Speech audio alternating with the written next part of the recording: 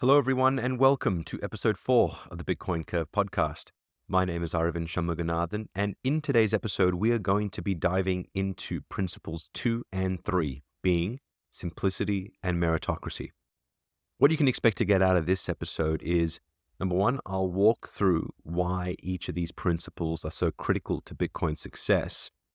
And as a bit of a add-on, since writing this article, I've come up with a number of other justifications as to why these principles are so important. And so I'm going to provide that new insight to you in this episode. And so with that, let's dive into it.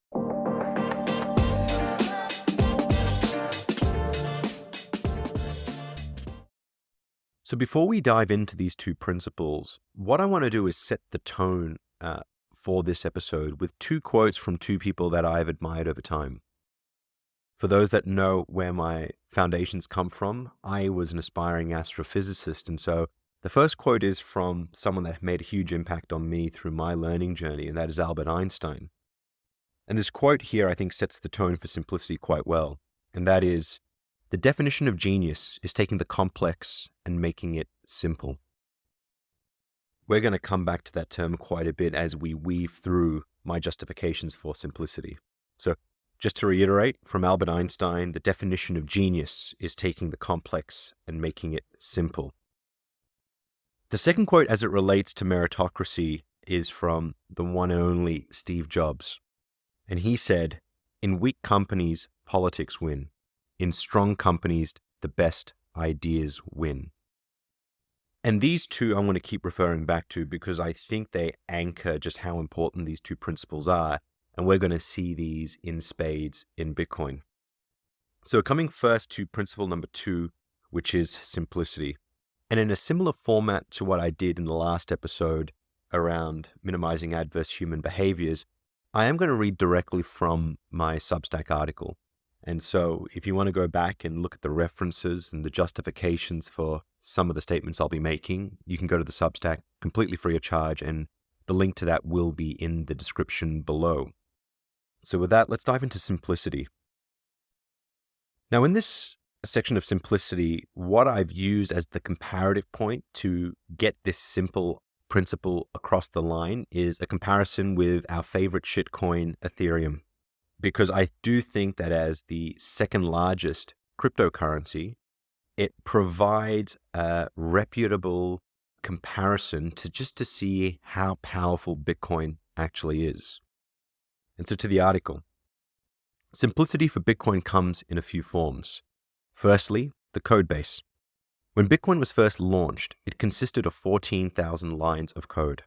Today, that has been expanded through continuous improvement to roughly 77,000 lines of code. In stark contrast to this, Ethereum has almost 600,000 lines of code. And that can be explained because Ethereum is trying to do a lot more than Bitcoin, allowing for smart contracts, amongst other features. But the trade-off of trying to be more than money is that it introduces complexity. And in that complexity, the need for a centralized entity to control the protocol. If you look to the previous part of this article, which we discussed in the last episode, you see a theme of needing to minimize centralization as it is a tool to express some of these adverse human behaviors. And in this complexity that Ethereum brings, it introduces the incentive for a lot of these adverse human behaviors to take hold, and thus, under this framework and this principle specifically, Ethereum fails. And I think that's a powerful piece because on the why Bitcoin over Ethereum, if you truly believe that simplicity is critical, then Ethereum does fail under this test. And so this is why Bitcoin is just so powerful. The second justification, which is the white paper. The Bitcoin white paper is a whopping 9 pages. And you could say it's actually 8 pages if you don't include the last page that has a number of references. And in these 9 pages, Satoshi Nakamoto was able to convey both the technical solution as well as the problem it is looking to solve. It is simple enough for most people to understand, except the coding elements. It is concise and carries all the detail you need to know. Looking back at Einstein's quote above, Satoshi's genius shines through in this writing. taking the complex and making it simple. In contrast, the Ethereum white paper is 36 pages. And to be fair, 34 pages, not including the references. And to be fair, this paper is in response to the perceived shortcomings of Bitcoin and describes how Ethereum would improve upon this. Additionally, it comes with a lot more features that need to be explained, but the writing is nowhere near as concise as it could be. In a similar fashion to the codebase, the white paper shows that adding features beyond sound money introduces unnecessary complexity to solve the problem of money. I want to pause and expand on this one a little bit more. It is very clear for anyone in the Bitcoin space that Bitcoin is just trying to solve one key problem, and that is fixing money. And while this has its own journey, it has to start as an asset, then become a money or a medium of exchange, and then hopefully one day our unit of account. But it's very clear what the problem statement of Bitcoin is, and that is to solve for money in our modern economy. And what Ethereum is trying to do is to solve for that money element, but then take that to the next level and try to be the be-all, end-all, the Swiss Army knife for money and contracts and everything else that can be built on Ethereum. And so as you start to expand the problem statement that you are trying to solve, you inherently need to introduce complexity or other elements which can work potentially. But what I think we're observing now is that complexity is causing in itself issues in its ability to tackle one problem. It's better to be the master of a single domain and get that one thing right than in this case trying to be the jack of all trades and never being the master of any one.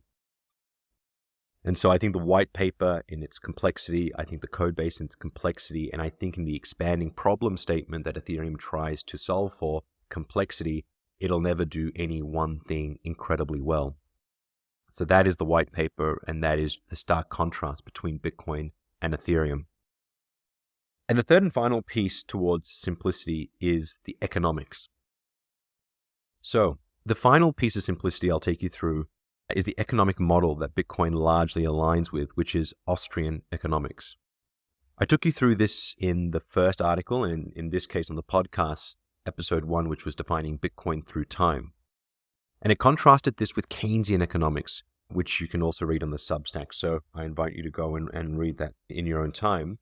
The takeaway from me between these two schools of thought is one advocates for minimal intervention, which is the Austrian economics model, and one seeks to achieve maximal intervention under the Keynesian systems. Articulated another way, Austrian economics looks to allow the free market to function autonomously, ensuring that the market signals are properly heard by all, so that the system as a whole can react to bring it back into balance. Keynes advocates for government, or a central body, intervention when perceived problems are observed to control it. When I look at this, I compare it to the human body. Our physiology is an incredibly complex system that works in near perfect harmony that has always allowed us to be who we are today. As much as we would like to think that we are incredibly smart and therefore can start meddling with our biology, the reality is this often leads to unintended consequences. Yes, we have drugs that have been miracles to our prosperity, but for every one drug that succeeds, 9 others fail. It highlights that even though we may have an idea of what might work, we more often than not fail once we attempt to implement it. The global economy is almost exactly the same, and the less we intervene, the greater the chance it has to organically or naturally be successful, or unsuccessful, so those elements die out to let the successful flourish. The genius of Satoshi was to prioritize simplicity through minimizing intervention. I think anyone getting into Bitcoin really needs to now dive into the difference between Keynesian and Austrian economics, because it paints the story as to how we went from what was a well-oiled system on a path to becoming a great system to what we have now, which is a system on the verge of collapse. What we saw in this interventionist style economy under a Keynesian economic system has led to most, if not all, of the major challenges we see in our economies. In our attempt to try and not feel pain, to try and intervene in something complex in order to minimize some of the adverse short-term outcomes, we lock ourselves into long-term harm.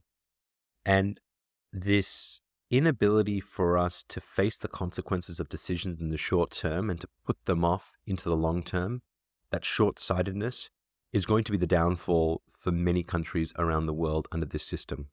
And so I would highly recommend every single one of you that is now about to start going down that rabbit hole to start exploring, even at a high level, the difference between Keynesian and Austrian economics. And so that is Simplicity as I wrote it into the article. So I'll pause there on Simplicity. We will come back to it with some new insights. But I'll now shift towards meritocracy, which is principle number 3. So meritocracy is all about the best ideas winning out. And Steve Jobs' quote, which is, "In weak companies, politics win, and in strong companies, the best ideas win," is quite apt in that we see politics winning out in money today, which in his standards would mean that our money today is weak. Bitcoin, which is merit-driven, is the antidote to that weakness. And so the first element of how meritocracy is seen within Bitcoin comes from its grassroots nature. So the Bitcoin code was launched into the wild and has been at the mercy of people as to whether it is adopted or not. It started small with a few miners and nodes and has now naturally become the behemoth that we all know. It was based on the merit of the technology that adoption was driven, which was in stark contrast to government intervention, which comes with mandates to keep things going. We see these mandates in areas like healthcare, education, and infrastructure programs that often run well over budget and continuously getting bailed out through monetary printing. The meritocracy of this was also highlighted through the block size wars. And if you are curious and want to know the details about this, I would highly recommend the book, The Block Size Wars by Jonathan Beer. In short, the battle debate between communities that wanted to increase the Bitcoin block size and those that didn't was another grassroots movement. And in the way that the Bitcoin blockchain was set up, it required a consensus amongst users to accept this. For the block size to increase, this would have required a hard fork. And if it were to be implemented, all of the miners, nodes, and users would need to make a decision on whether they accept it or not. Because the value of Bitcoin held by these parties would be affected if the hard fork resulted in two versions to continue operating simultaneously, it naturally forces a single victor. This writer on Substack, on the Stack Exchange, describes this mechanism well. And this is by Morse Coda. The risk mainly comes in when you make transactions after a chain split. For example, if you are a merchant and you accept coins on side A of this chain split, but that transaction doesn't also get included on side B, then sometime later when the network gets back to consensus that chain B is actually the correct chain, then your coins on chain A are worthless. So it is risky to accept payment while the network lacks consensus. It highlights that Bitcoin as a system will find a natural equilibrium in both the ideation of new ideas and its acceptance, reinforcing the inherent meritocracy built into Bitcoin. While it was a very scary period for Bitcoiners in that 2015 to 2017 period, that pain and proof of work ultimately paid off because merit ultimately won out as Bitcoin is still going strong. I want to pause and expand on this because there were a few things I want to tie together. On that last point, which was there was a lot of pain in the short term, but it ultimately led to a stronger Bitcoin. When you contrast that to the example of how governments consistently intervene into failing projects and then going continuously over budget and often not even delivering the right outcome, this is one of those stark contrasts. In a Keynesian system, in a system where government intervenes and controls and isn't based on merit, short term, the governments deliver some level of comfort, but long term do not deliver the outcomes they are promising to their citizens. Whereas in Bitcoin, we face that pain up front. We work through it. We are forced to And that ultimately makes everything that we do stronger, because we find out what is the right thing to be doing, what is the wrong thing to be doing through a meritocratic process that ultimately strengthens it. Whatever doesn't kill you makes you stronger, I think would actually be an apt analogy to meritocracy in this case that we just went through. And there was a bit of technical elements in there around hard fork and chain splits. And so again, getting to understand what Bitcoin is and doing a bit of that research will make that one far clearer. But suffice to say, and to expand on that a little bit more, a chain split is where you enter effectively a hard fork. If a group of people want to do something that's different to the status quo, they will split off and create a secondary chain. And eventually what will happen is people, by voting with where they put their hash power towards, the miners, where nodes are ultimately set up to validate, that will eventually find its equilibrium, and eventually one chain will win out and one chain will fall away. So it is a truly meritocratic system where everybody that is a participant in the system effectively gets a vote by being able to run the software that is aligned to the chain that they prefer. And this is what was happening in the block size wars. And you'll also see examples of this with BSV, which is Bitcoin Satoshi Vision, I believe is the acronym there. And again, it's a great story of where meritocracy played out. So a little technical, but however, the way that hard forks and changes to the Bitcoin code base operates, it is meritocratic in nature. It's grassroots from the bottom up. And ultimately, the best idea here will always win out. So that's grassroots. And so that was the conclusion in my article there around meritocracy. But there's a few things that I wanted to run through today in today's podcast that are above and beyond what was in the article. And that is around my realization that simplicity and meritocracy together are very, very symbiotic. And I've alluded to this in previous discussions that I've had with you on the podcast, and that is my belief now through some observations over the last 6 months is that you cannot have a meritocratic society, you cannot have a meritocratic system if it is not simple. And why do I say this? Because if something is not simple, it is inherently exclusionary, not inclusionary. And let me expand into this, and I'll use Bitcoin as that core example first. Bitcoin aims to be a money, and today we are at that asset stage, and we are so early into its adoption cycle. But eventually, if it is a money, it means that it will be touching almost anyone and everyone from all different walks of life. It isn't just going to be cypherpunks, tech bros, and people that love this, what we are calling magic internet money in the mainstream.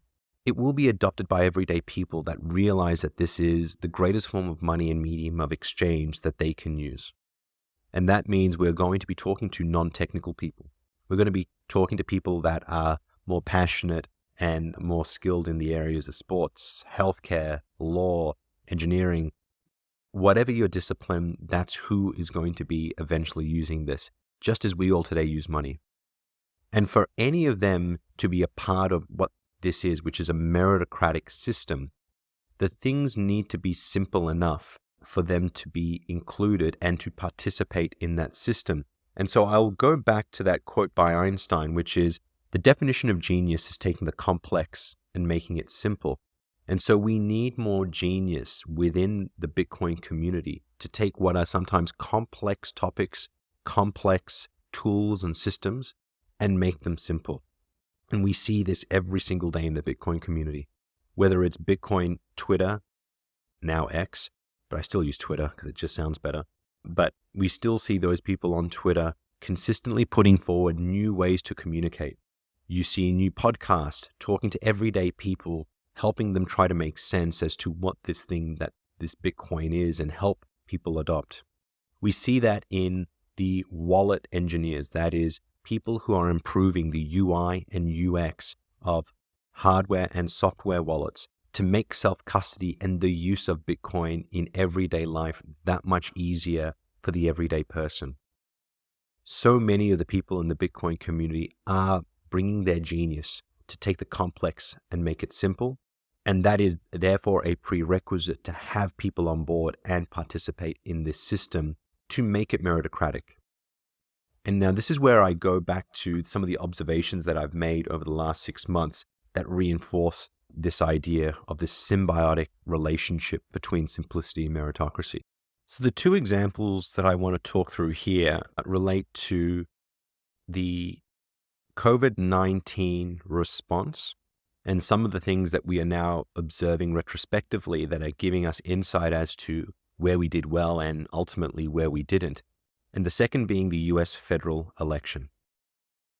If we take a step and look at what they were doing around Joe Rogan specifically, around ivermectin, it was very, very clear that the government were, at the time, instead of debating the idea to try and find the merit of the outcome, instead, with certain media outlets demonizing that approach and taking an expert's reasoning as gospel, only to find out months later that there was merit in what Joe Rogan was saying around the use of ivermectin as a treatment protocol for COVID-19. A reliance on the experts that often made a lot of this stuff incredibly complex and forced us to trust them as the experts was the complete opposite to what is meritocracy. This idea of free speech is so critical as well, because it allows for the debate of ideas to eventually find its equilibrium or its settling point on what the collective as a whole determines to be the truth. And that does not happen by centralizing all of that in a select few individuals that make things complex. So the learnings that I took from that specifically showed that while the intent may have been good, the reality is that you cannot come to an informed consensus or a merit-based outcome if we are heavily reliant on a centralized few that maintain a level of complexity in the topic that is being discussed. So taking the complex and making it simple and bringing everybody on the journey to allow meritocratic discussions across the entirety of the population was so critical, because we saw that erode in the response to the COVID-19 pandemic. And I do hope that into the future, we allow that free speech between experts and everyday people come to the forefront so that we can collectively, as a country, society, as a civilization and species, always land on the best outcome, the merit-based outcome for all. So that was just one example. And then I look at the US elections. This one here was interesting because I did try to keep an open mind by ensuring that I was seeing both sides of the political debate and discourse. On one side, I saw one candidate that was rarely putting forward any real policies. I wasn't seeing any tangible actions that would be taken as a result of their ascension towards the presidency. And on the other, I saw very clear policies, a very clear direction, and very clear outcomes that they were looking to try and achieve. And not just that, going back to that first candidate, what I didn't see was simplicity. What I did see was a very drawn out, a very verbose, almost rambling at times that I found very hard to understand. And on the other, while long-winded, I saw simplicity in the actions that they were putting forward as what they would do if they were to get into office. And so even in how the debate was occurring in the public square, specifically on Twitter, because I do use that quite a bit, versus between the two candidates, for me, it was very clear who had the most meritocratic weight behind them in being able to put forward the things that they were going to do. And in this case, that was Donald Trump. What I think was the failing in this case of candidate one, which was the Harris campaign, was they weren't able to articulate simply and concisely what it is that they were going to do and what the outcome would ultimately be. And we saw that in the Trump campaign and subsequently with J.D. Vance as well, being very, very clear, concise, and simple in the way in which they were communicating their ideas. Now, what I also saw through that process was a number of polls that were saying that things were going to be neck and neck.